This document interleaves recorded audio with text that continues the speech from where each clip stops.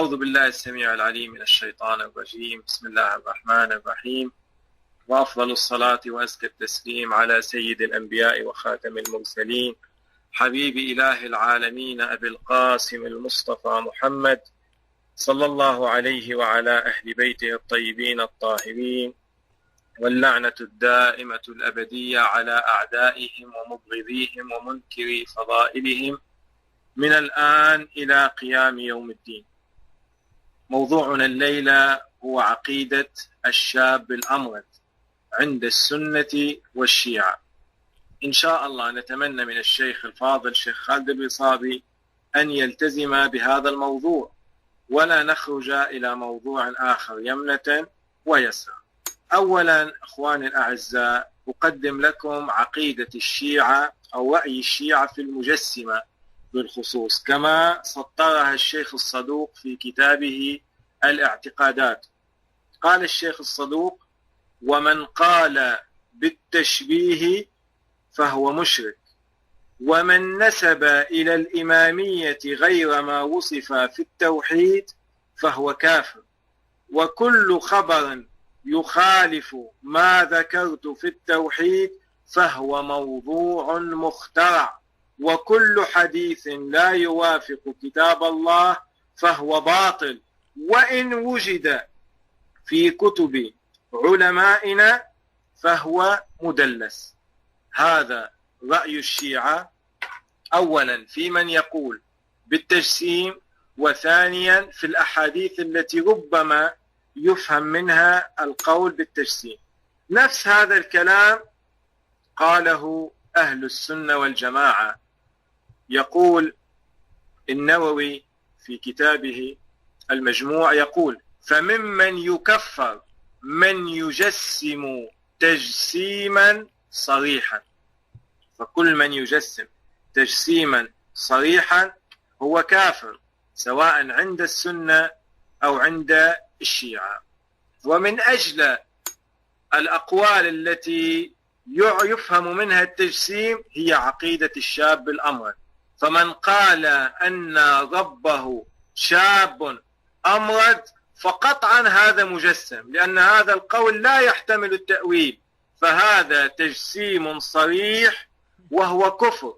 وأنا من أول المناظرة أقول: كل من اعتقد أن ربه شاب أمرد فهو كافر يعبد غير الله عز وجل. الآن نوجه سؤال إلى الشيخ: يا شيخ خالد، ما حكم من يعتقد بأن ربه شاب أمرد؟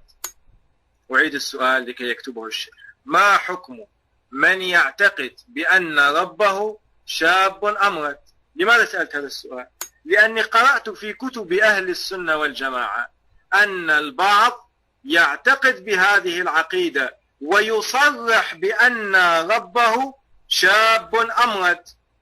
أولهم أبو يعلى الفراء الحنبلي في كتابه إبطال التأويلات، بعد أن ساق طرق حديث الشاب الأمرد الموجود في كتب أهل السنة، قال، علق بهذا التعليق، قال: وأما ألفاظ هذه الأحاديث، أي حديث الشاب الأمرد، فإنها تتضمن إثبات الصورة وإثبات الرؤية، وقد تقدم الكلام في ذلك فيما قبل، وتتضمن زيادة ألفاظ في الرؤية لا يجب أن يستوحش من إطلاقها لوجهين. وذكر الوجوه.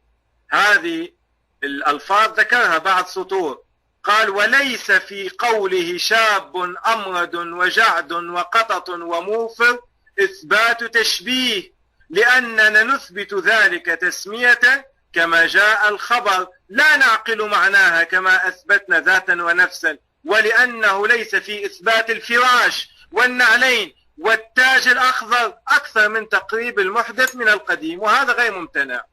إذا نسأل الشيخ: أولا، ما حكم من يقول بالتجسيم وبالخصوص بعقيدة الشاب الأمرد؟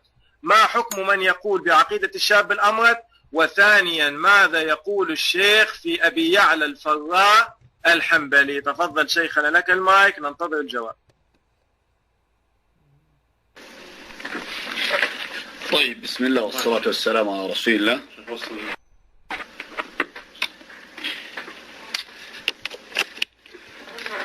بسم الله والصلاة والسلام على رسول الله وعلى آله وصحبه وسلم تسليما كثيرا مزيدا مباركا إلى يوم الدين. أما بعد، ما ذكره الأخ المتداخل من نسبة العقيدة إلى أهل السنة أنهم يبرؤون الله سبحانه وتعالى من التشبيه والتجسيم، فهذا متفق عليه، لكن بالنسبة للسنة نقبل شهادته، وأما بالنسبة للشيعة فلا نقبل شهادته لأنه متهم بذلك.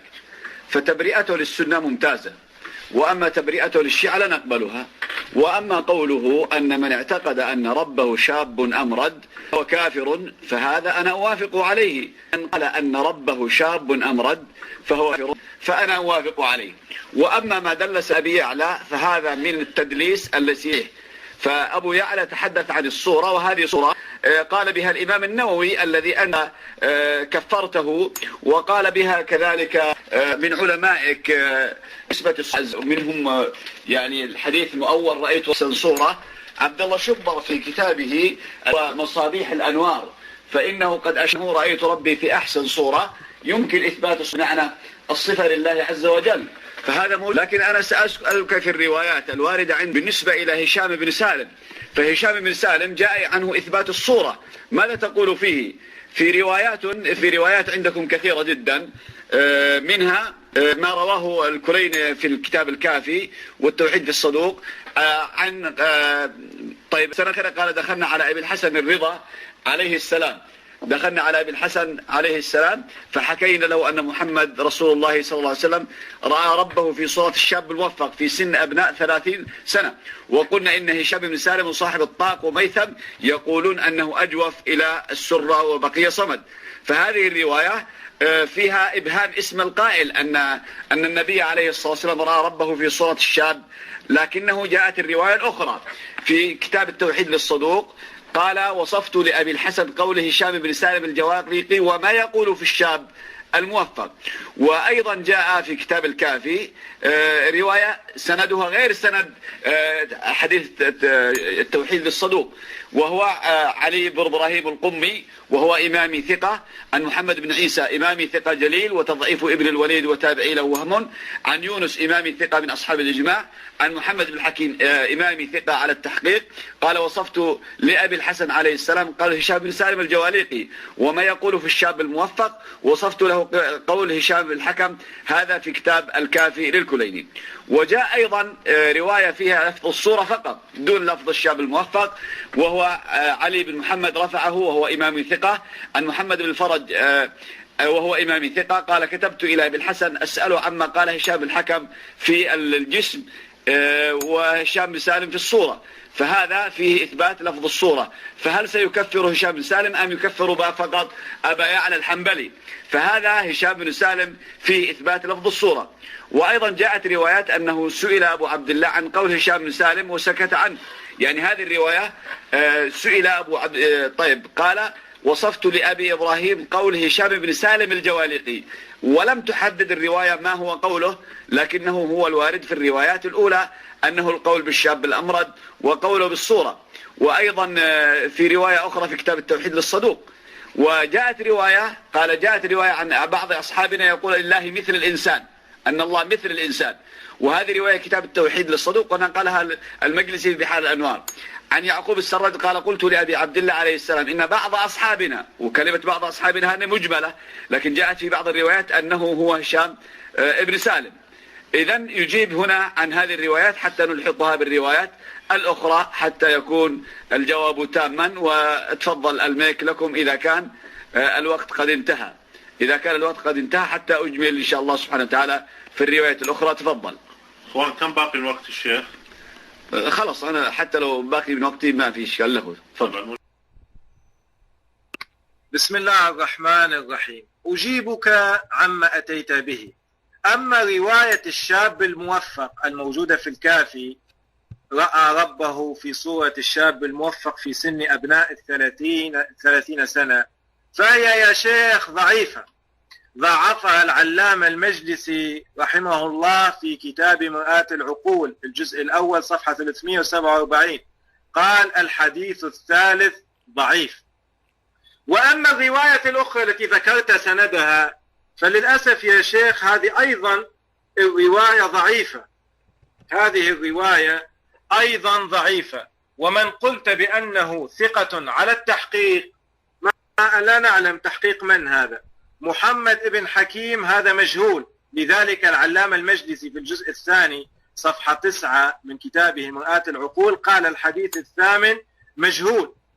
فما ذكرته يا شيخ لا يعد كونه جملة من الأحاديث الضعيفة، وكل الأحاديث التي ذكرتها في هشام بن الحكم قد ذكرها السيد الخوئي في معجم رجال الحديث الجزء 20 صفحة 320 وقال: أقول إن هذه الروايات بأجمعها ضعيفة لا يمكن الاعتماد عليها. فما جئت به يا شيخ لا يعد كونه سردا لجملة من الروايات الضعيفة والتي نص العلماء كلهم على ضعفها. ولذلك أنا ابتدأت بقول الصدوق الذي قال: وكل خبر يخالف ما ذكرت في التوحيد فهو موضوع مخترع، وكل حديث لا يوافق كتاب الله فهو باطل، وإن وجد في كتب علمائنا فهو مدلس. هذا بالنسبة للأحاديث التي سقتها والتي ملأت بها وقتك. أعود إلى قضية أبي يعلى الفراء. أخواني الأعزاء، الشيخ وصفني بالتدليس وقال أن أبو يعلى الفراء يتكلم عن الصورة، لكن شيخنا الظاهر ما سمعت كلامي. اسمع ماذا يقول أبو يعلى الفراء. قال: وليس في قوله شاب أمرد وجعد وقطط وموفر إثبات تشبيه لأننا نثبت ذلك.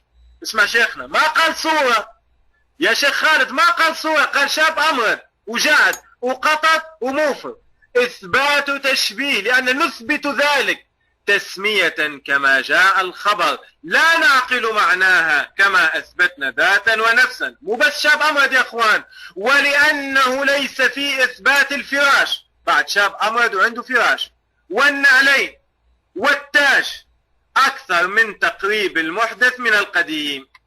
فيا شيخنا الشيخ خالد البصابي كلام أبو يعلى الفراء ليس على الصورة، وأنت اتهمتني بالتدليس، وأتمنى أن تعتذر أولا من هذا، وأن لا يكون لأمثال هذه الألفاظ يعني وجود في الحوار الذي بيني وبينك. كلام أبو يعلى واضح. بل أخواني الأعزاء، أبو يعلى نقل تصحيح علماء أهل السنة والجماعة لهذا الحديث.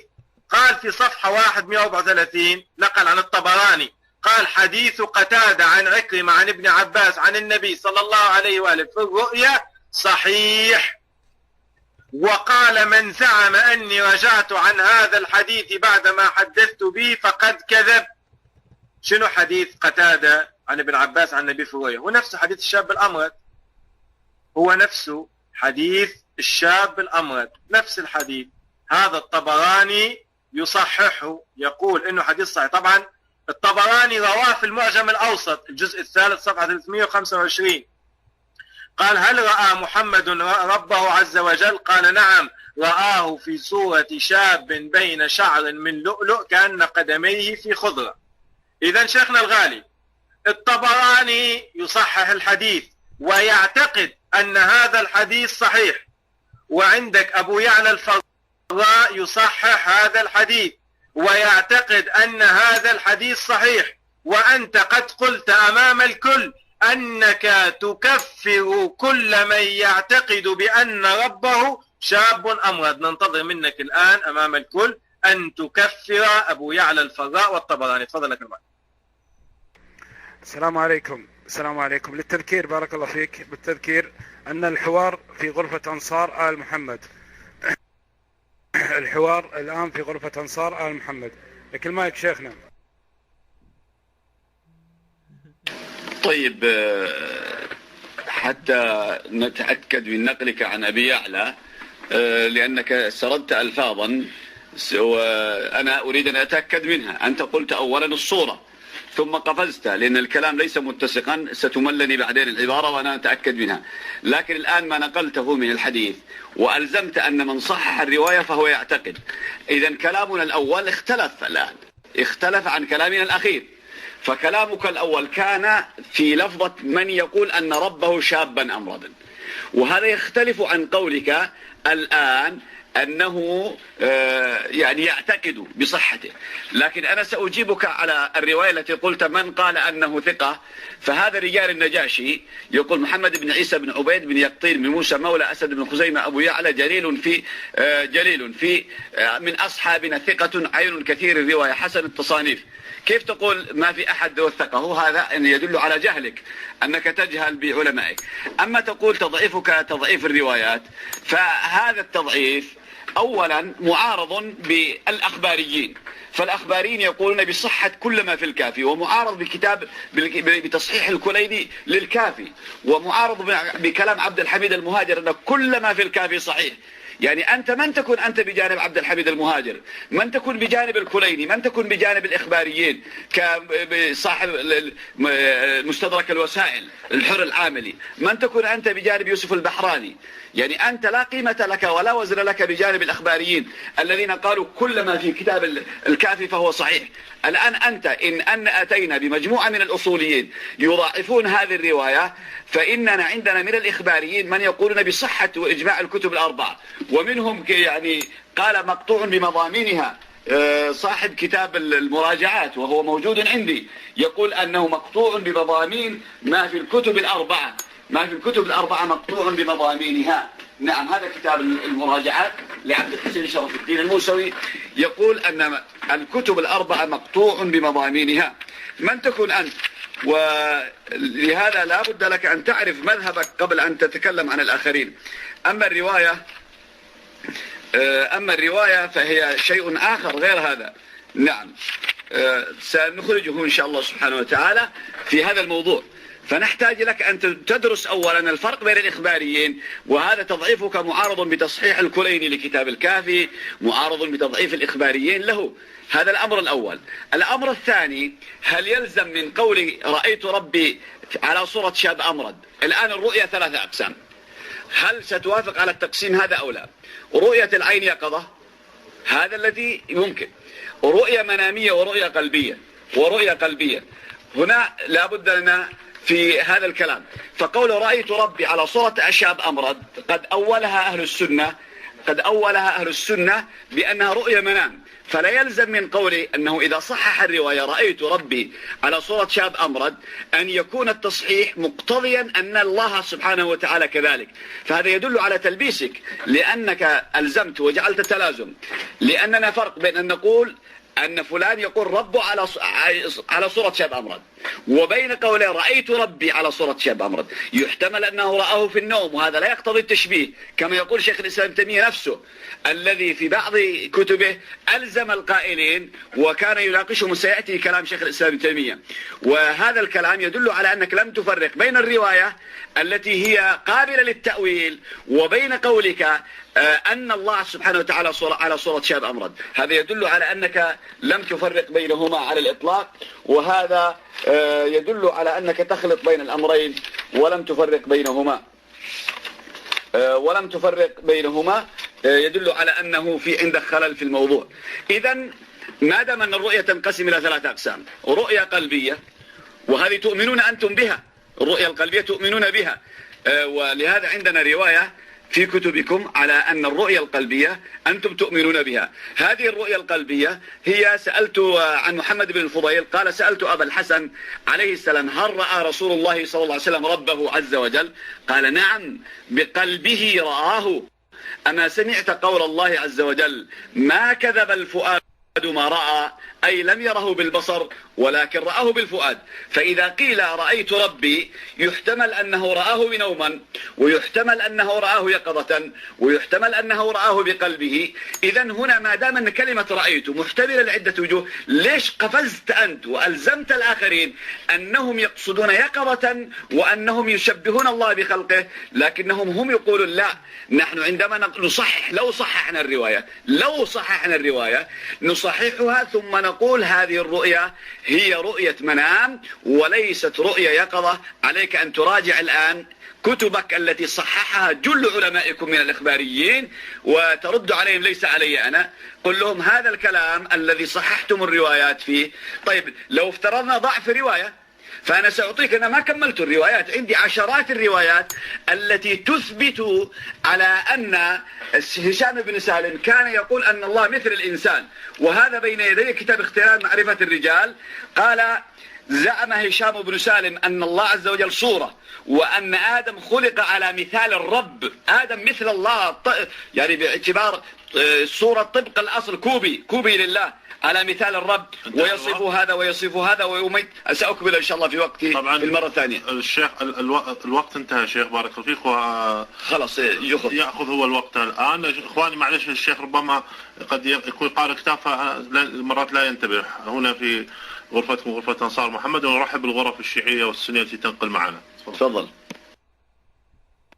بسم الله الرحمن الرحيم. وصفتني يا شيخ بالجاهل وأشكرك على هذا، فأنا لا أدعي أني عالم ولا أدعي أني امتلكت كل العلم، أنا جاهل، وهذا شيء لا ضرر فيه. تقول أنك من أنت أمام علمائك. يا شيخنا الغالي، أنا فقط نقلت لك تضعيف علمائي. الرواية التي جئت بها نقلت لك تضعيف المجلسي، ولم أقل ضعفها الفضل ابن شاذان. ثم يا شيخ الغالي، الرواية التي قلت أنه ثقة عند التحقيق، أنت الذي قلت أنه ثقة على التحقيق ليس محمد بن عيسى بن عبيد اليقطيني، هو محمد بن حكيم، وهذا الرجل مجهول، والمجلس ضعف هذا الحديث لجهالة هذا الرجل وليس لغيري. فأنا عندما قلت لك أن الذي قلت فيه أنه ثقة عند التحقيق مجهول هو محمد بن حكيم، لأنك هو الذي وصفته بهذا الشيء وليس المجلسي. أما طبعا أنا أصولي، وكل الذين في الباطق أصوليين، فلا تحتج علي بالإخبارية، مثلما أنا لا أحتج عليك بأقوال الأشاعرة، ولا أحتج عليك بأقوال الماتريدية، ولا أحتج عليك بأقوال المتكلمين. أنت نفس الشيء، المناظرة هي إلزام. هذه الرواية التي ذكرتها، رواية هشام بن سالم الذي قلت أن الرب كوبي، أولا هذه الرواية ما ذكر شاب أمر. ثانيا هذه الرواية السيد الخوئي في معجم رجال الحديث جزء 20 صفحة 328 قال: أقول هذه الرواية تدل على ذم هشام بن سالم، لكنها ضعيفة، لكنها لضعفها غير قابلة للاعتماد عليها. فالروايات التي تنقلها يا شيخ ضعيفة، وذكرت لك تضعيف علماء المعروفين والمشهود لهم بالعلم. قسمت الرؤية إلى 3، وقلت أنه من التدليس أن ألزمكم بأن هذه الرؤية رؤية مباشرة، إنما هي رؤية منام. يا شيخي الفاضل، الكلام الذي قاله ابن تيمية وغيره في رؤية المنام يقصدون حديث أم الطفيل، ولا يقصدون هذا الحديث، حديث عكرمة. المقصود هو حديث أم الطفيل. أما حديث عكرمة عن ابن عباس فهذا ثابت أنه رؤيا عين. سجل عندك يا شيخ كتاب الإيضاح في أصول الدين صفحة 530 لابن الزاغوني، يقول: اتفقت الروايات عن إمامنا أحمد أن النبي صلى الله عليه وآله ليلة أسري به رأى ربه، واختلفت الروايات بماذا رأى، فمشهور الروايات أنه بعينه، وهو المعتمد عليه عند جماعة أصحابنا وعليه عامة أهل النقل والسنة. اسمع شيخنا ماذا يقول. هذا الحديث رواه إمامنا أحمد من طريق حماد بن سلمة عن قتادة عن عكرمة عن ابن عباس أن النبي صلى الله عليه وآله قال: رأيت ربي. وقال أحمد في رسالة عبدوس: هو حديث صحيح. وقال لغيره: حدث به فقد حدث به العلماء. هو نفسه هذا حديث الشاب الأمرد، هو نفسه حديث الشاب الأمرد. فشيخنا الغالي، المقصود هنا لا، المقصود هنا رؤية عين. لذلك أبو يعلى عندما ذكر نفس هذا الكلام ذكر هذا الحديث، حديث رأيت ربي، في نفس هذه الصفحة قال: كتاب ابطال التأويلات جزء أول صفحة 140، لما عرض هذا الحديث عن أحمد فقال: حدث به فقد حدث به العلماء. ثم يقول قال أبو يعلى وهذا من أحمد تصحيح لحديث ابن عباس وتثبيت له. إذن يا شيخ خالد القائمة أصبحت طويلة. عندنا أبو يعلى الفراء 1، عندنا الدارقطني 2، عندنا ابن الزاغوني 3، وعندنا أحمد بن حنبل 4. أنتظر منك يا شيخ أن تكفر هؤلاء كما التزمت في أول مداخلة. قلت من يعتقد بأن الشاب بعقيدة الشاب الأمرد أكفره، والقضية ليست قضية حديث. نقلنا لكم كلام أبو يعلى الفراء. أبو يعلى يقول نثبت هذا الشيء. وعيد الظاهر الشيخ ما سمع. وليس في قوله شاب أمرد وجعد وقطط وموف إثبات تشبيه، لأننا نثبت ذلك تسمية كما جاء الخبر، لا نعقل معناها كما أثبتنا ذاتا ونفسا. فكما تقولون أن الذات صفة والنفس صفة، كذلك كونه شاب أمرد صفة كما يقول أبو يعلى. وننتظر منك تكفير هؤلاء. تفضل يا شيخ لك المايك.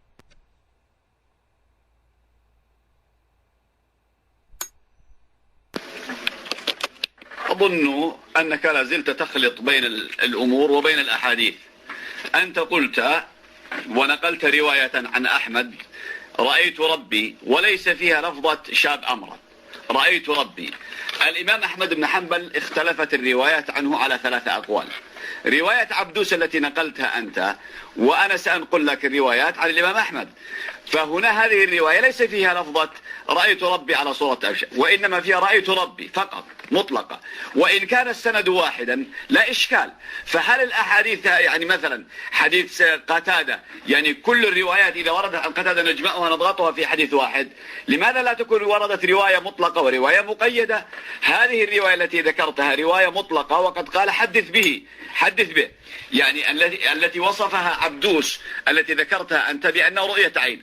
وأما الرواية التي هي رأيت ربي على صورة شاب أمرد، فهذه شيخ الإسلام ابن تيمية في كثير من كتبه ينص العلماء على أنها رؤية منامية، لكنك أنت ذكرت. نعم. يقول أبو يعلى الذي أنت تنسب إليه، لحظة سنأتي إلى رواية أبي يعلى، هذه كانت غيرها. الآن نأتي إلى نقل أن هذه الحديث الذي ذكرته أنت إنما هو كان رؤية منام وليست رؤية عين، وسننقل كلام العلماء. نعم. يقول الشيخ الإسلام ابن تيمية عليه رحمة الله في بيان تلبيس الجهمية، وكلها يعني روايات الحديث فيها ما يبين أن ذلك في المنام، وليس رواية أم الطفيل كما ذكرت كلها. يعني هل رواية الطفيل هذه كلها، وكلها فيها ما يبين أن ذلك كان في المنام، وأنه كان بالمدينة، إلا حديث عكرمة عن ابن عباس أي مطلق. وقد جعل أحمد أصلهما أي حديث ابن عباس وأم الطفيل واحدا، وكذلك قال العلماء. وهذا الحديث يقول الشيخ الإسلام ابن تيمية الذي أمر أحمد بالتحديث قد صرح فيه. اسمع كلام شيخ الإسلام ابن تيمية. وهذا الحديث الذي أمر أحمد بتحديثه قد صرح فيه بأنه رأى ذلك في المنام. قال شيخ الإسلام ابن تيمية وقوله أتى البارحة ربي في أحسن صورة، ثم ذكر الحديث وقال أحمد وكذلك الحديث الذي رواه أهل العلم أنه رأيت ربي في صورة كذا وكذا، يروى من طريق ابن عباس، اسمع احفظها عندك، ومن طريق أم الطفيل وغيره، وفيه أن وضع يده بين كتفي حتى وجدت برد أنامله على صدري. قال هذا الحديث لا إراد، فإن هذا الحديث كان بالمدينة، وفيه حديث نام عن صلاة الصبح. ثم قال وقال شيخ الإسلام ابن تيمية قال عباس وغيره مما فيه رؤية ربه إنما كان بالمدينة، ما جاء ذلك مفسرا في حديث المعراج. إذن كل الروايات التي تؤيد ذلك. أبو يعلى واعلم أنها رؤيا، لأن أم الطفيل قد صرحت بذلك في خبرها. هذا أم الطفيل. نعم، رؤية الله في المنام هذا واردة، وكذلك الروايات حملوها على هذا الأمر روايات ابن عباس الذي تشير إليه. نعم. يقول ابن كثير عن حديث رأيت دل، قال فإنه حديث، قال لكنه مختصر من حديث المنام، ذكره وقال هو مختصر من حديث المنام. كذلك في روايات أخرى تذكر هذا. فهذه لم تقرأ الروايات كلها وجئت وتصف هؤلاء. الآن السؤال لك والتحدي قائم. أين صرح الدارقطني، أنت ذكرت عفوا، أي نعم الدارقطني أن الله على صورة شاب أمرد أو أنها رؤية عين.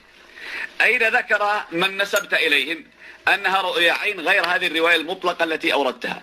إذن التحدي لك، أين صرحوا أنها رؤية عين غير هذه الرواية المطلقة؟ هذه الرواية المطلقة محتملة للأمر، يعني على حد الافتراض، لكن أين صرحوا أن هذه الرواية التي فيها على صورة شاب أمرد أنها رؤية عين؟ هذا أتحداك أن تثبته، واستعن بمن شئت من الجن والإنس إن شاء الله سبحانه وتعالى. وأما النص الذي نقلته عن أبي يعلى الآن أنا أبحث عنه في المكتبة الشاملة، إلى الآن لم أجده، فلا أكذبك ولا أصدقك حتى أتأكد منه، لأن المجال يحتاج إلى التأكد، فأنا أنظر فيه الذي نقلته عن أبي يعلى، لأني الآن لازلت أبحث فيه، وعندك لابد أنني أكتب نفس اللفظة التي تقولها أنت، وهل قدمت أخرت، حتى ننظر، لأنك لا تفرق بين المطلق والمقيد والعام والخاص.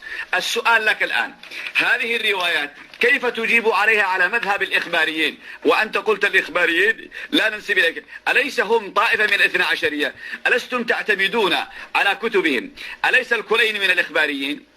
أليس يعني اعطني واحدا من أصحاب الكتب الثمانية ليس من الإخباريين، اعطني واحدا من أصحاب الكتب الثمانية ليس من الإخباريين، إلا إذا قلت الطوسي، ممكن الطوسي، لكن الطوسي حتى هو هل هو من الإخباريين أو من الأصوليين؟ هذا نحتاج إلى نظر.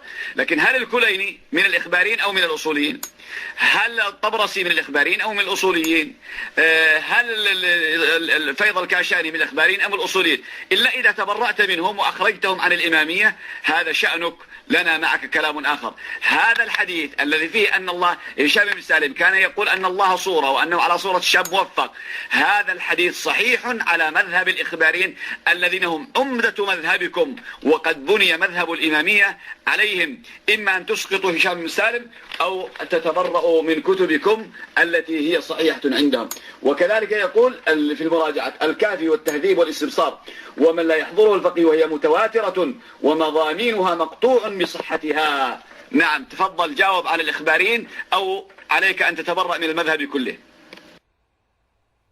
بسم الله الرحمن الرحيم. نجيبك يا شيخ، ما عندنا أي مشكلة. أما بالنسبة لكلام السيد صاحب المراجعات، نعم مضامينها متواترة في الجملة وليست متواترة بالجملة، وهذا ما يعرفه كل أهل الأصول.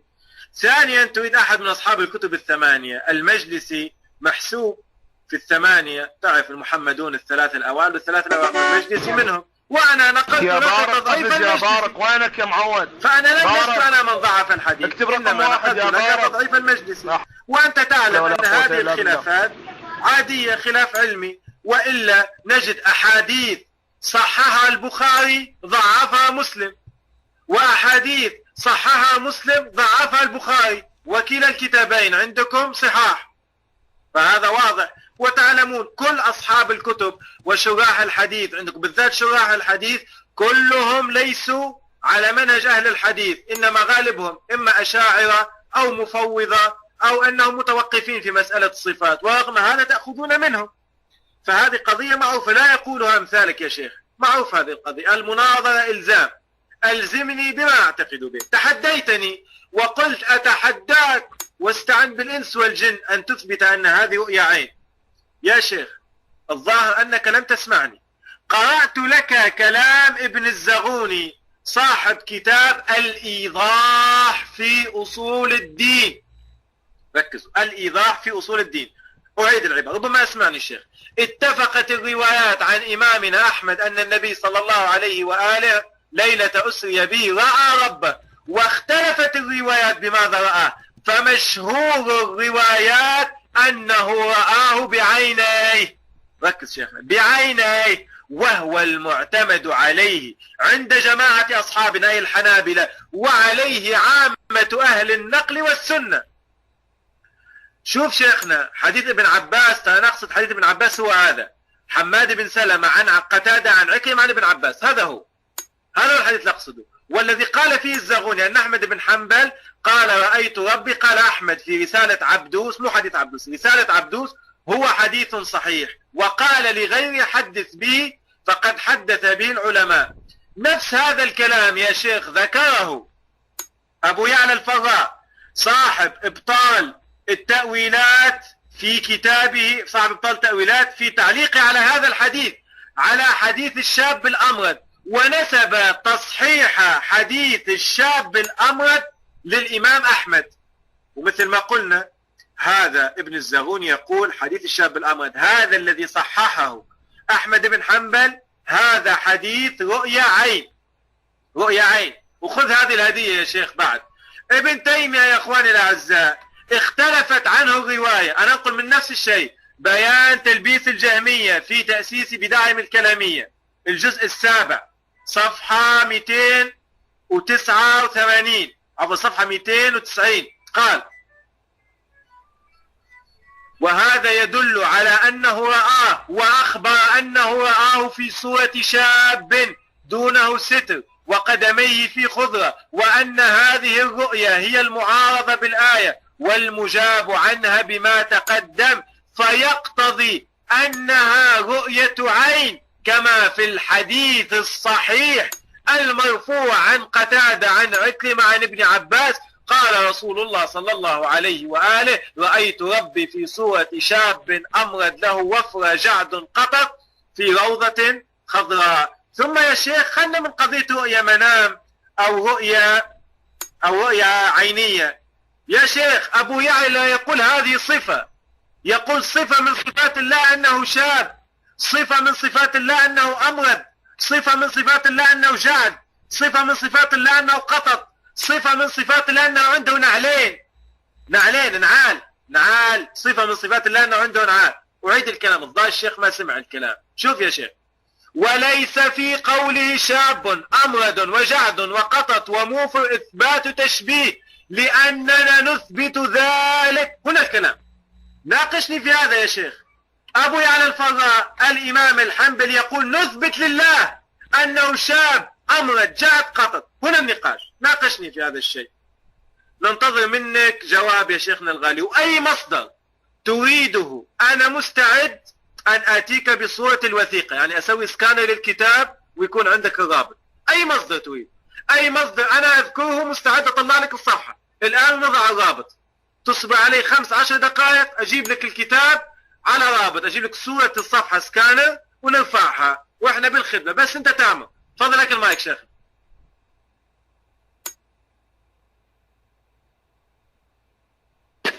اخدم نفسك أولا وقبل كل شيء، اخدم نفسك. قبل كل شيء لم تجب على الروايات التي ذكرناها. ما موقفك من الأصوليين؟ هل تكفر من الإخباريين؟ هل تكفرهم؟ هل تصحيحهم للروايات؟ يعني هل الإخباريون يصححون الروايات أم لا على مقتضى منهجهم؟ فإن كانوا يصححون الروايات هل يلزم من التصحيح أنهم كفار الآن؟ يلا جميل. يعني هل يلزم منهم أنهم يكفرون أو يلزم من تصحيحهم تكفير هشام بن سالم؟ هذا لم تجب عليه لأنه عرقلة. أيضا لا زلت تدندن حول الرواية عين التي قلنا هي في الروايات المطلقة. ائتني بالرواية المقيدة، ائتني بالرواية المقيدة، ائتني بالرواية المقيدة التي لم تستطع أن تجيب عليها أبدا. أين ذهبت الروايات المقيدة؟ أما ما أشرت إليه رأيت ربي، قلنا هذه رؤية مطلقة ليست مقيدة. أين هي؟ أما ما أشرت إليه من شأن أبي على هذا قلت لك أنه سيحتاج إلى تأكد، لأن الكتاب ليس بين يدي الآن، وأنا سأبحث عنها ثم أنظر هل هي صحيحة أم لا، هل قال هذا الكلام أم لا، وما مناسبة قوله هذا الكلام يعني الآن. أما ما أشرت إليه من كلام شيخ الإسلام ابن تيمية في منهاج السنة النبوية، فأنا أتحداك أن تقول هل ابن تيمية أورد رؤية العين ليثبت رؤية اليقظة أو ليردها؟ ومن هنا سيتضح لنا أنك إما كذاب ملبس أو مدلس. هل شيخ الإسلام ابن تيمية بهذا الكتاب لما تكلم عن الرؤية اليقظة هل أورد هذه الرواية ليرد بها على القائلين باليقظة أو ليثبت أن رؤية الله يقظة؟ الآن أنت بين خيارين، إما أن تقول أن شيخ الإسلام ابن تيمية أورد هذه الرواية ليثبت أنه رأى الله يقظة، أو أتى بهذه الرواية ليرد بها على من فهم رؤية الله اليقظة. خلي موضوع التصحيح شيء آخر، لكن هل شيخ الإسلام ابن تيمية أورد هذه الرواية ليرد بها على من قال بالرؤية اليقظة، أم أوردها ليحتج بها على رؤية اليقظة؟ إذن لو قرأت أنت كلام شيخ الإسلام ابن تيمية لرأيته كلاما معقولا جيدا، لكنك أنت أردت أن تلبس على الناس بهذا الكلام الذي أورده شيخ الإسلام ابن تيمية. فشيخ الإسلام ابن تيمية إنما أورد هذا الكلام ليرد به على من فهم من الرواية. أنا سأقرأ لك لأنك الظاهر عندك يعني إما سوء فهم أو ما إلى ذلك. هو يتكلم عن أدلة أبي يعلى في رؤية اليقظة التي أنت ذكرتها، رؤية العين المهم أن محمدا صلى الله عليه وسلم رأى ربه. قال فتبين، هذا من كلام من صفحة 286 إلى صفحة 296 أنك 91 حتى تفهم جيدا. قال فتبين أن القاضي أبي يعلى الذي أمدن ليس معه ما اعتمد عليه في رؤية اليقظة إلا قول ابن عباس وآية النجم. وقول ابن عباس قد جمعنا ألفاظه فأبلغ، اسمع ما تحت عليه خط، فأبلغ ما يقال لمن يثبت رؤية العين. يعني أنا ممكن أخرج لهم الأدلة. هذا شيخ الإسلام ابن تيمية يقول أقوى ما عندهم من الحجاج هذا الحديث، وهو لما ذكر الحديث هذا يعني أنهم فهموا من قوله رأيت ربي أنها رؤية يقظة، من مطلق الرؤية أنها رؤية يقظة. شيخ الإسلام ابن تيمية أورد هذه الرواية ليذكر أدلتهم ثم يفندها، لم يذكرها ليحتج بها. لكنك أردت أن تثبت من كلام شيخ الإسلام ابن تيمية، يعني لو أن واحدا من الناس قال أبلغ ما عند اليهود من الأدلة أو أبلغ ما عند النصارى من الأدلة على أن عيسى هو جزء من الله وكلمته ألقاها إلى مريم، هل يفهم منه أنه يذهب أن عيسى هو ابن الله؟ يعني مثل الاستدلال. يعني شيخ الإسلام ابن تيمية يقول أبلغ ما عند هؤلاء هو استدلالهم بهذه الرواية على أنه يفهم من قوله رأيت ربي على صورة شاب أمرد. هو يتكلم عن رؤية رأيت ربي، رأيت ربي، على أن هذه الرواية فهموا من كلمة رأيت ربي الرؤية بالعين. يقول لهم ما يلزم هذا الكلام. هو ناقشهم في أكثر من 3 صفحات 4 صفحات 5 صفحات، لكنك أتيت أنت لتلبس على الناس أن شيخ الإسلام ابن تيمية فهم من هذه الرواية على أنه يصحح الرواية وأنه رؤية يقظة، وهذا من التلبيس على الناس وليس بصحيح. وإن شئت قرأت أنا وأنت كلام شيخ الإسلام ابن تيمية سطرا سطرا حتى نخرج التلبيس من بين السطور. هل أنت مستعد الآن تقرأ معي 5 صفحات من كلام شيخ الإسلام ابن تيمية أنه أورد هذه الرواية ليرد بها على الذين فهموا منها أنه رؤية يقظة؟ إذا كنت مستعد نفند كلمة كلمة من شيخ الإسلام ابن تيمية، تقرأ من قبلها ومن بعدها حتى يتضح. إن كنت مستعد الآن ما زال الخيار قائم. هل شيخ الإسلام ابن تيمية أورد هذه الرواية ليحتج بها على أنه هذه الرؤية رؤية يقظة أم ليرد بها؟ أنا أريد منك أن تقول هل شيخ الإسلام أوردها ليحتج بها أو ليرد بها على من فهم، أو رد على من استدل بها على أنها رؤية يقظة. قضية التصحيح الذي فهمته أنت قلنا لا يلزم منها أنها رؤية عين. وكلام ابن الزاغوني أو كلام أبي يعلى، كلام أبي يعلى قلت لك يحتاج إلى التأكد، لأني حاولت الآن كلما كتبت كلمة لا يطلع النتيجة التي كتبت بها حتى أتأكد، لأني كلما كتبت بعض الكلمات التي تأتي بها أنت في إبطال التأويلات لأبي يعلى ما يطلع معي نتيجة، حتى شككت في الأمر. تفضل. بسم الله الرحمن الرحيم. شيخنا خالد الوصابي، كنت واضحا في المداخلة السابقة، قلت لك أن خلافي ليس في كونها رؤية منام أو رؤية يقظة. النقطة الأساسية من يعتقد أن ربه شاب أمرد يعتقد أن ربه على هذه الصورة، صورة شاب أمرد، سواء هذه العقيدة تلقاها في المنام أو تلقاها في الرؤية. المهم لنا نفس هذه العقيدة، من يعتقد أن ربه شاب أمرد. هذه القضية. جئناك بحديثي بكلام أبي يعلى. أنا أعذرك بما أنه ما عندك الكتاب أو لست مطلع على الكتاب، فأنا أعذرك في هذا، وإن شاء الله ننتظر منك في الأيام القادمة أن ترد لنا على إثبات أبي يعلى لكون ربه شاب أمرد جعد قطط. لكن قبل هذا نريدك في هذه المناظرة في المداخلة القادمة أن تكفر أبا يعلى إن كان قال بهذا الكلام. تقول أشهد الله أن أبا يعلى كافر إذا كان يثبت أن الله شاب أمرد كما ذكرت في أول المداخلة. ثانيا بالنسبة لكلام ابن تيمية، أنا قرأت كلام ابن تيمية واضح تصحيحه لحديث الشاب الأمرد، وأنت تقول حديث رأيت ربي. لا، ابن تيمية صحح حديث الشاب الأمرد، صحح حديث الشاب الأمرد، قال والمجاب عنها بما تقدم فيقتضي أنها رؤية عين كما في الحديث الصحيح المرفوع عن قتادة عن عكرمة عن ابن عباس قال قال رسول الله صلى الله عليه وآله رأيت ربي، ما سكت، في صورة شاب أمرد له وفرة جعد قطط في روضة خضراء. أنا هذه نقطة البحث، هو من يثبت أن الله عز وجل شاب أمرد. زين، تحديتني أنك تريد أحد يثبت أن الله أنها رؤيا عين. جئتك بكلام ابن الزغوني، ما تعرف ابن الزغوني؟ إذا ما تعرف أنا مستعد أرسل لك نسخة من كتابه هدية، بس أعطيني عنوانه وأرسل لك الكتاب طبعة مجمع الملك فيصل للبحوث، وكتاب جيد صراحة.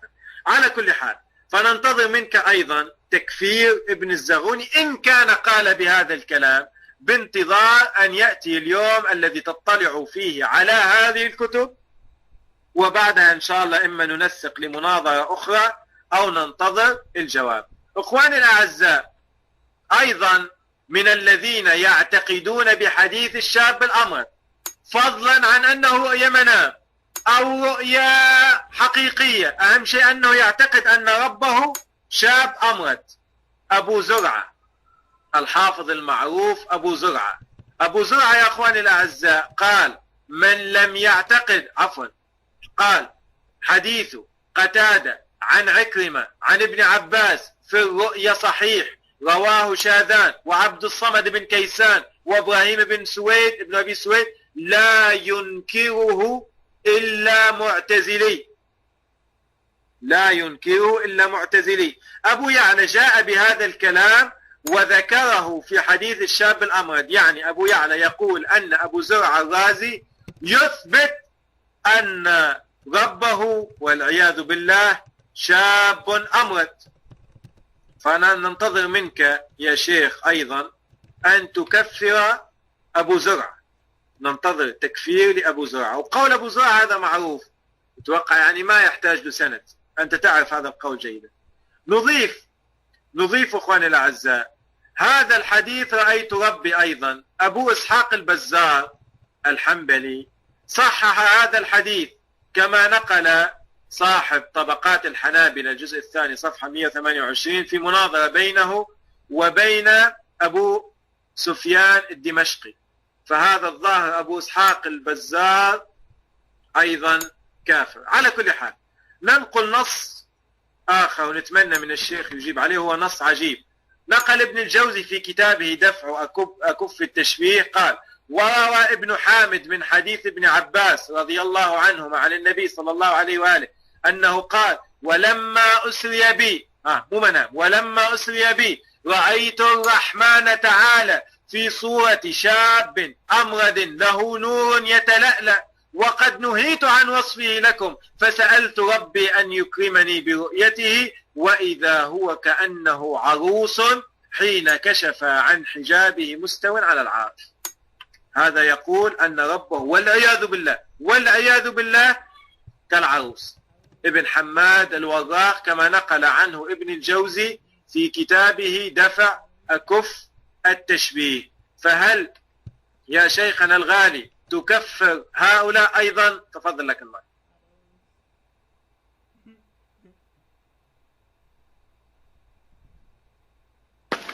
الظاهر أنك لم تفهم كلامي ويعتقد أنكم أنتم تحتاجون لمدرسة للتفهيم.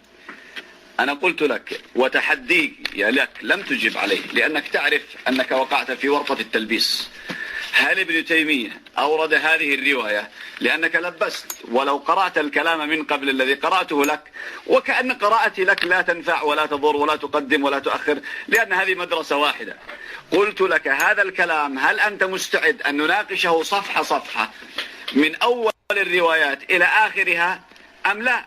لأنك كلام شيخ الإسلام ابن تيمية أورده للرد على القاضي أبي يعلى، وإن صحح الرواية هم قالوا يستفاد من هذه الرواية أنها رؤية عين، ليس أن ابن تيمية هو أوردها وبعدها وقبلها يبطل هذه رؤية العين. سأعطيك من كلام شيخ الإسلام ابن تيمية. هل أنت تريد أن تفهم كلام شيخ الإسلام ابن تيمية؟ أنا سأعطيك إن كنت تريد الصدق والحق في هذه المسألة. شيخ الإسلام ابن تيمية طيب يتكلم عن هذه الروايات بأجمعها، وهو نعم أنها رؤية منام، وفي أي رواية فيها أنه رؤية يقظة يقول الشيخ الإسلام ابن تيمية في درء تعارض العقل والنقل.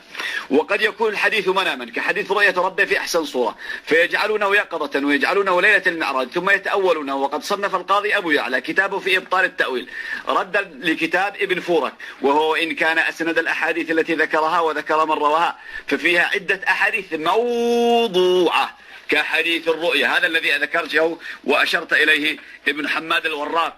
إذا كان ابن حماد الوراق يعتقد أن ربه بما ذكره فلعنة الله عليه، إذا كان يعتقد، أنا معلق، إذا كان يعتقد أن ربه بما وصفه، لكن نحتاج نتأكد ما نظلم الرجل، هل هو الصحيحة الطريق إليه أم ليس الطريق إليه صحيح.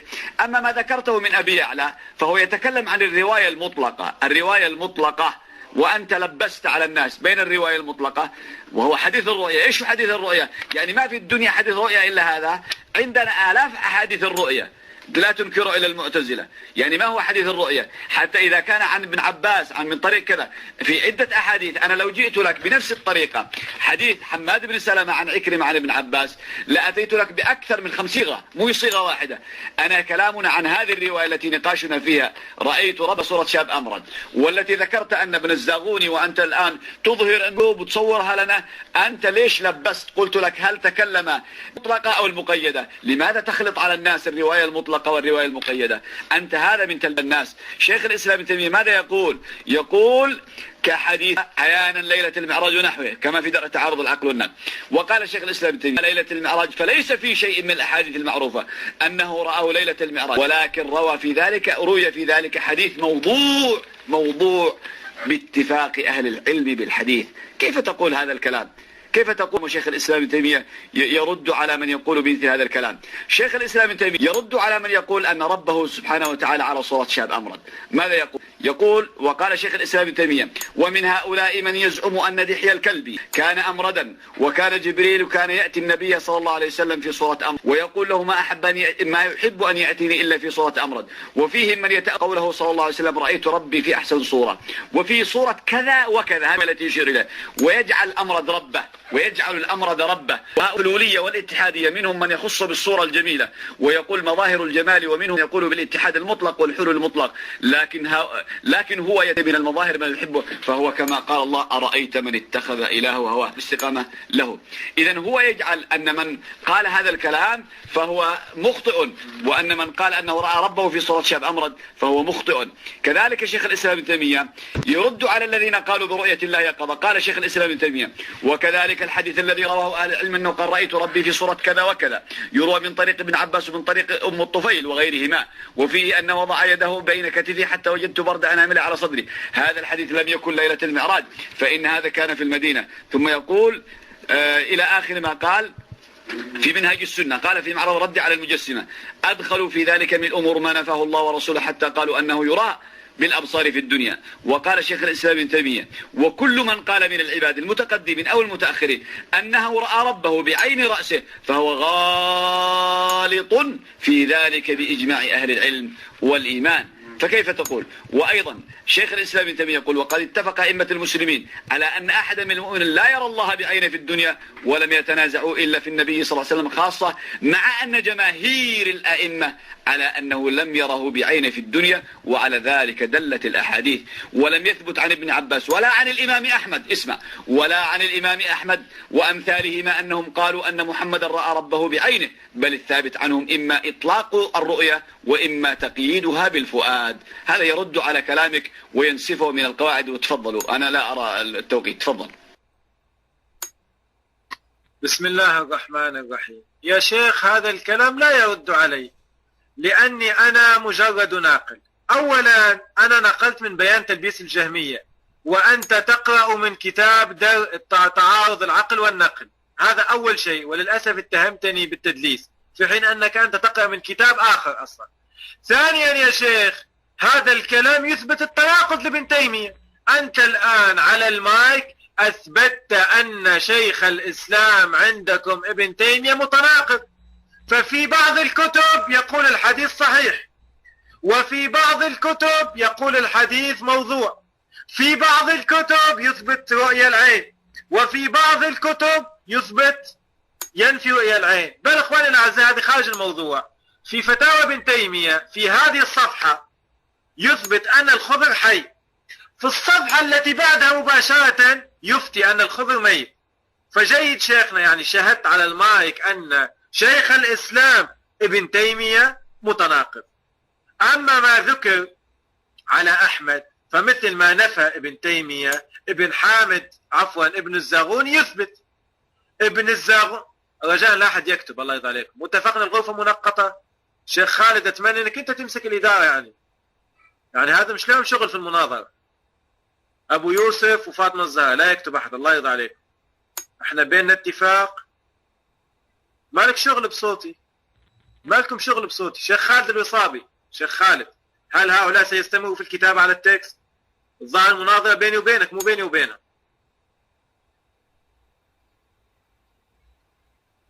لا اتفقنا التكست منقط، الله يرضى عليكم. سأكمل بس نقطوا التكست، ما يبغى أشوف أحد يكتب. هذا اتفاق. لا فاطمة الزهراء أنا من أبناء علي الكرار، ما هو واضح؟ غيري يهو. شيخ خالد نقط التكست، الله يرضى عليك يا شيخ خالد.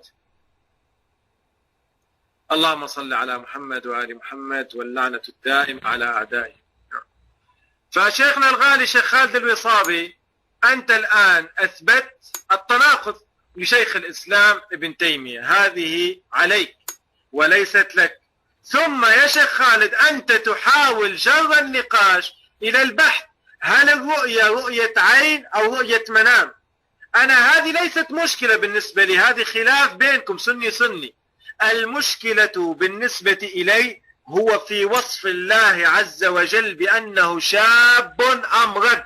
هذه هي المشكلة، هذه المشكلة وهذه المشكلة التي أنت تبتعد عنها وتحيد عنها ولا تريد التعليق عنها.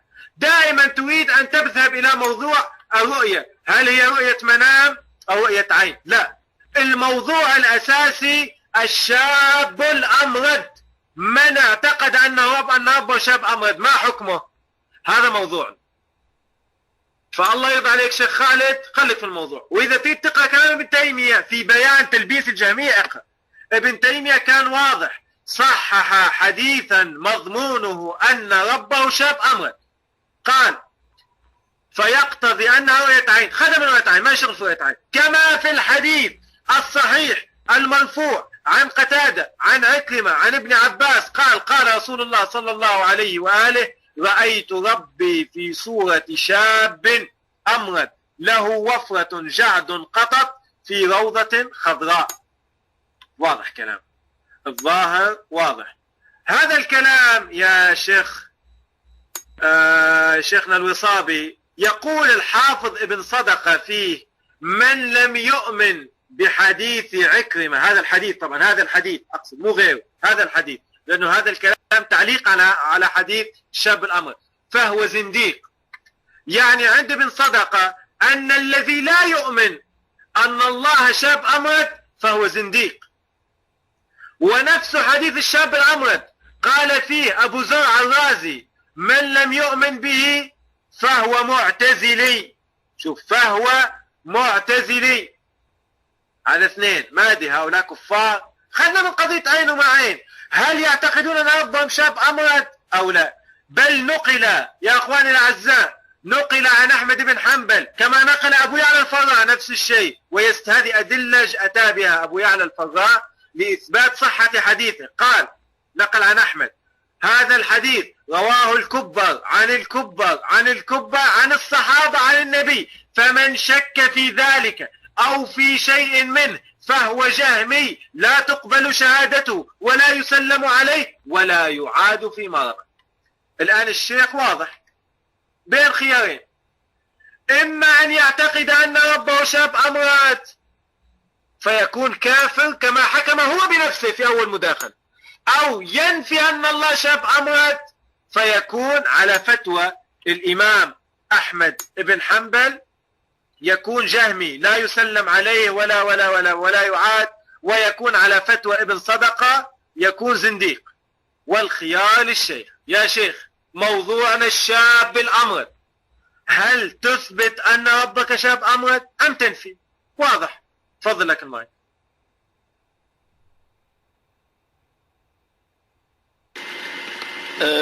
على كل، أنت أتيت بأمور كثيرة.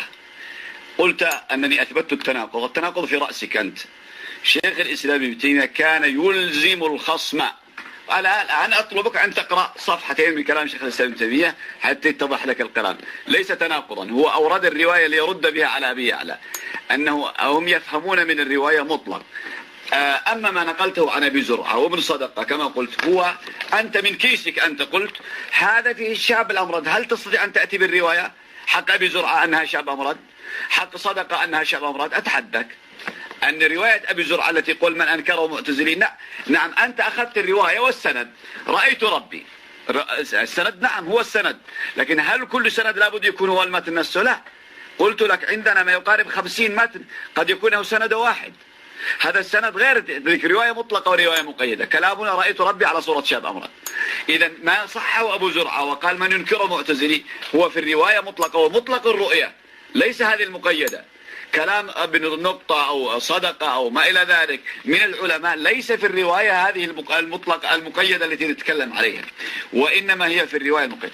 أما ما قلت هذا خلاف سني لا، لأنك لم تفهم.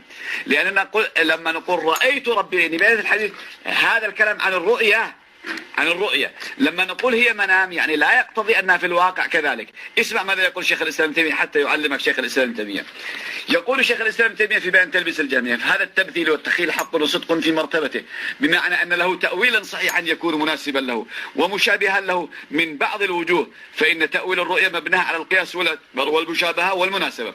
ولكن من اعتقد أن ما تمثل في نفسه وتخيل من الرؤية هو يماثل لنفس الموجود في الخارج، وأن تلك الأمور هي بعينها، فهو مبطل. يعني أنما لو كانت رؤية منامية يعني لا يلزم أن الله سبحانه وتعالى بهذه الصفة التي رأى.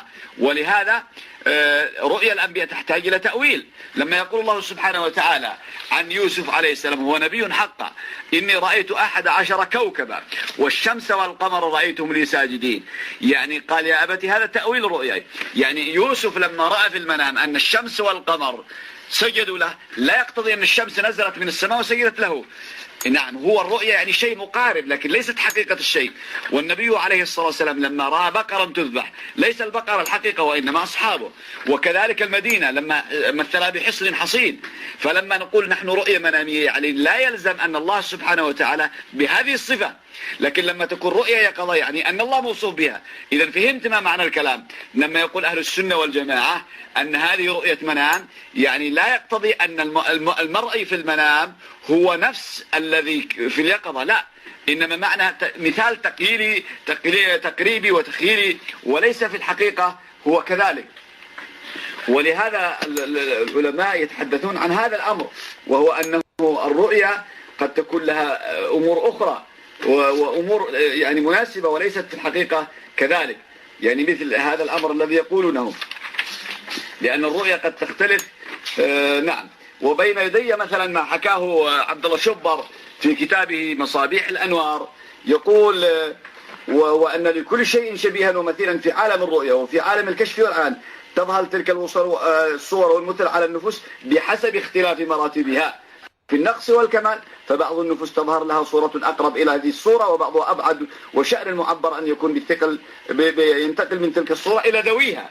يعني لما نقول هي صورة منامية يعني معنى أنه ليس الحقيقة مطابقة بين الرؤية والمرئي، أي أنه لما يقول رأى ربه على صورة شاب أمرد، أي أن حقيقة الله وذات الله ليست موصوفة بذلك، وإنما هذا من باب التخييل للإنسان والتقريب. قد تقول رؤيا الأنبياء حق، نقول نعم رؤيا الأنبياء حق، لكن تحتاج إلى تأويل، وهو لو كانت رؤية الأنبياء حق بمعنى أن يكون المرئي هو نفسه لكانت الشمس حقيقتها نزلت وسجدت ليوسف والقمر، ولكانت النبي لما رأى بقرا تذبح يعني حقيقة البقرة هي التي تذبح. لكن رؤيا الأنبياء تحتاج إلى تأويل أو لا تحتاج إلى تأويل، لأن الرؤيا لا تكون هي حقيقة المرئي وإنما شيء أول به. هذا هو السر الذي نحن نقول هي رؤية منام.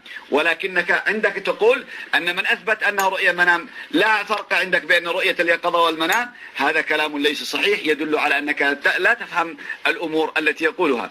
ولهذا الشيخ الإسلام ابن تيمية يتكلم عليه رحمة الله عن الأمور وقال أنها يعني التشبيه يعني لا يقتضي هذا الأمر الذي ذكرته أنت، لا يقتضي هذا الأمر الذي ذكرته أنت.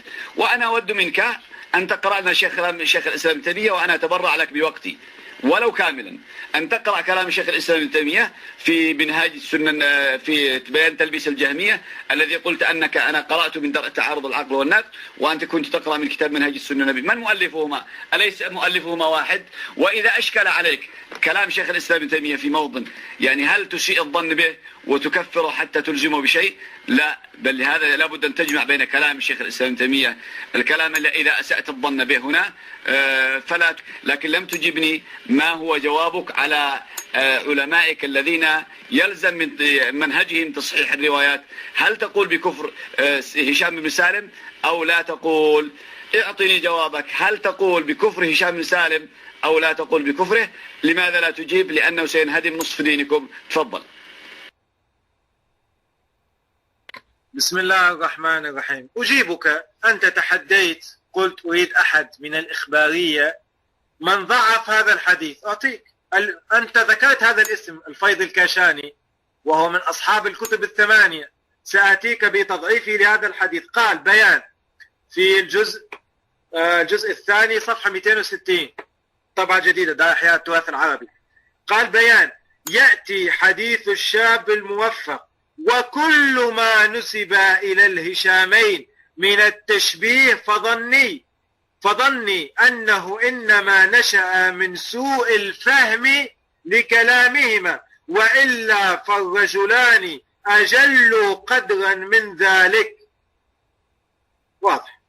الآن هذا الرجل وضح هذه الحقيقة، قال أن الهشامين بين من هذا القول. هذا واحد. ثانيا اخواني الاعزاء، الشيخ الوصابي قال ان حديث الرؤيا هذا الذي صححه ابن صدقة وصححه ابو زرعة وصححه غيرهم، وقال الذي لا يؤمن به الا معتزلي، قال لا هذا مو حديث الشاب العمرد، هذا حديث اخر. قال عندنا 50 حديث في الرؤيا. اسمعوا اخواني الاعزاء، اسمعوا اخواني الاعزاء. السيوطي في كتابه الليالي المصنوعة بعد أن أتى بهذا الحديث حديث الشاب الأمرد، ماذا قال؟ ذكر هذه العبارة. قال حدثنا حماد بن سلمة عن قتادة عن عكرمة عن ابن عباس قال رسول الله رأيت ربي في صورة شاب له وفرة. قال الطبراني سمعت أبو بكر ابن صدقة يقول سمعت أبا زرع الرازي يقول حديث قتادة عن عكرمة عن ابن عباس في الرؤيا صحيح، رواه شاذان وعبد الصمد ابن كيسان وابراهيم ابن ابي سويد، لا ينكره الا معتزلي. فالان يا شيخ الكلام اللي ذكرته خطأ طلع. مقصود هؤلاء مو حديث رأيت ربي مطلق الرؤيا، لا، رأيت ربي هو هذا الشيء، رأيت ربي في صورة شاب أمرد. يعني عند كبار حفاظ أهل السنة ابن صدقة أبو زرع الرازي الطبراني من لا يؤمن بحديث الشاب الأمرد فهو زنديق، فهو معتزلي. وهكذا. وعند ابن أحمد بن حنبل لا يعاد ولا يسلم عليه ولا ولا ولا ولا إلى آخره. فهذه نقطة أخرى سجلت عليك يا شيخ. أضف إلى هذا أن قضية رؤيا المنام فعلا من أعجب الأشياء التي من أشنع الأشياء التي قيلت في حق الله. ابن تيمية نفسه يقول: وقد يرى المؤمن ربه في المنام في صور متنوعة. طبعا مو فقط يوم القيامة الله يأتي في صورة غير الصورة، يعني أنتم عندكم حتى يوم القيامة الله يتغير في الصور، كل مرة يأتي بصورة ولا يعرف إلا بالساق. وقد يرى المؤمن ربه في المنام في صورة متنوعة على قدر إيمانه ويقينه، فإذا كان إيمانا صحيحا لم يره إلا في صورة حسنة، وإذا كان في إيمانه نقص رأى ما يشبه إيمانه ولا رأى ما يشبه إيمانه. أعوذ بالله من هذا الكلام. يعني الله عز وجل والعياذ بالله له صور متعددة سواء في الآخرة أو في المنام. فهذا كلام من أشنع ما سمع. أنا أعيد وأقول: خلافي مع الشيخ الوصابي ليس في كونها رؤيا عين أو رؤيا منام. بالنسبة لرؤيا المنام، نعم رؤيا المنام تحتاج إلى تأويل، لكن إلا في موارد. عندكم من رآني فقد رآني، هذا بالنسبة للنبي.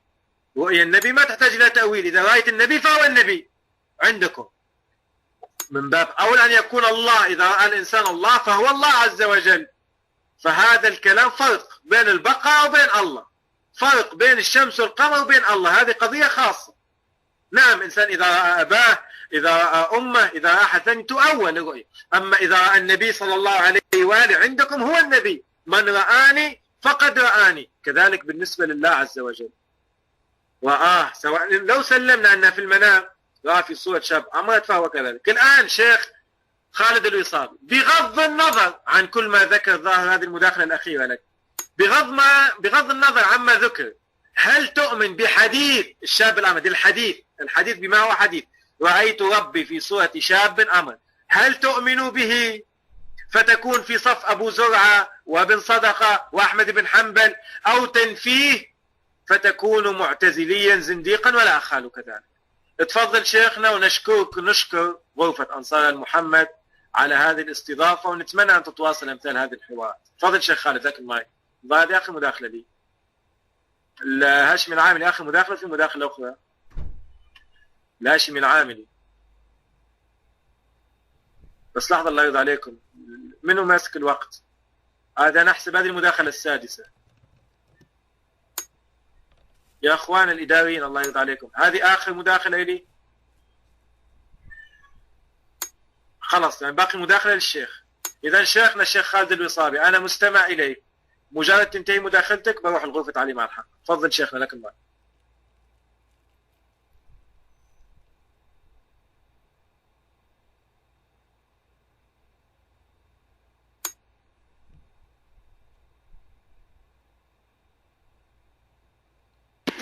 طيب، ما ذكرته أنت عما نقله السيوطي لم تأتي بجديد، لا فرق بين كلامك الأول وكلام. هو قال في الرؤية، أي رؤية هذه؟ هل هي رؤية بالإضافة ولا بدون؟ وقال أنا قرأت كلام السيوطي وعندي بحث، وبشرك لو تريد يهدي لك يهديك، أنا عندي بحث